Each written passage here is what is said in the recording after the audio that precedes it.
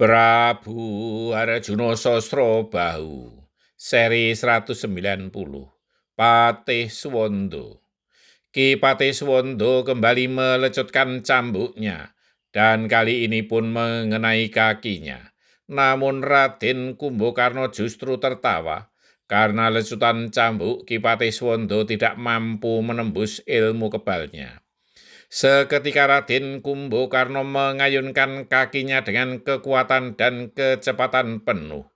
Dengan separuh kekuatan, tadi telah mampu menewaskan Prabu Pragulo Sekti dan Prabu Jalantara. Kini ia yakin akan mampu membuat Ki Patih Swanda itu terbuncang terbang, melayang sampai di seberang sungai. Namun yang diserang adalah Ki Patih Swanda, yang telah matang ilmu argo sekar dari ayahnya. Dengan ringannya ia berkelit. Tendangan Raden Kumbakarna hanya menerpa angin. Ayunan kakinya berputar lebih dari separuh lingkaran, yang membuat Raden Kumbakarna hampir tersungkur. Namun menapaknya kaki yang terayun kuat itu menimbulkan dentuman tanah yang terinjak, menimbulkan getaran seperti lindu. Seandainya ayunan kaki itu benar-benar menghantam Ki Patih Swanda, pasti akan terbuncang jauh dan tulang-tulangnya akan remuk. Ki Patih Swanda kembali melecutkan cambuknya, yang menimbulkan ledakan yang sangat keras. Namun itu hanya membuat Raden Kumbakarna sedikit terkejut. Ia kembali bersiap untuk menghajar Ki Patih Swanda dan berusaha untuk menangkapnya. Namun Ki Patih Swanda terlalu gesit untuk ditangkap oleh Raden Kumbakarna. Sementara itu, pertempuran dua pasukan yang besar masih berlangsung.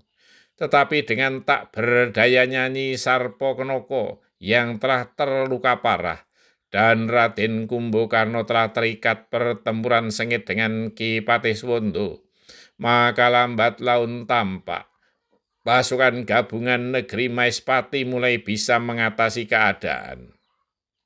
Meskipun sudah banyak raja dan senopati yang gugur dan jumlahnya lebih sedikit, namun yang sedikit itu adalah para raja dan senopati pilihan di negerinya masing-masing. Raden Indrajit Megonando mulai terdesak oleh Prabu Kalinggopati yang sempat menggunakan senjata yang bisa melontarkan gumpalan api. Pelan tapi pasti, Raden Indrajit terdesak mundur seiring dengan mundurnya pasukan Alengka-Diraja. Demikian pula dengan Raden Bukbis tak mampu meladeni Prabu Dirgamuka yang dibantu oleh seorang senopatinya. Ia pun lambat laun terdesak naik ke perbukitan. Di segala medan, pertempuran berlangsung sengit. Namun hampir semua pasukan Alengka-Diraja juga terdesak mundur. Sampai di bukit yang agak tinggi, pasukan gabungan tidak mendesaknya lagi. Prabu Darmawisesa memerintahkan untuk menahan diri. Khawatir justru akan masuk jebakan, seperti ikan masuk wuwu. Karena dalam pertempuran sering menggunakan gelar jebakan, seperti gelar perang jurang gerabah. Namun pasukan Alengka-Diraja tidak berkecil hati, karena ia yakin bahwa Raden Kumbakarna sebentar lagi akan melumat lawannya itu. Jika sudah terjadi demikian, pasukan gabungan Mahespati tak akan ada yang mampu menahannya, dan pasukan Alengka-Diraja akan dengan mudah menggulung pasukan gabungan itu. Tak perlu Sang Prabu Rahwanaraja mesti turun gelanggang.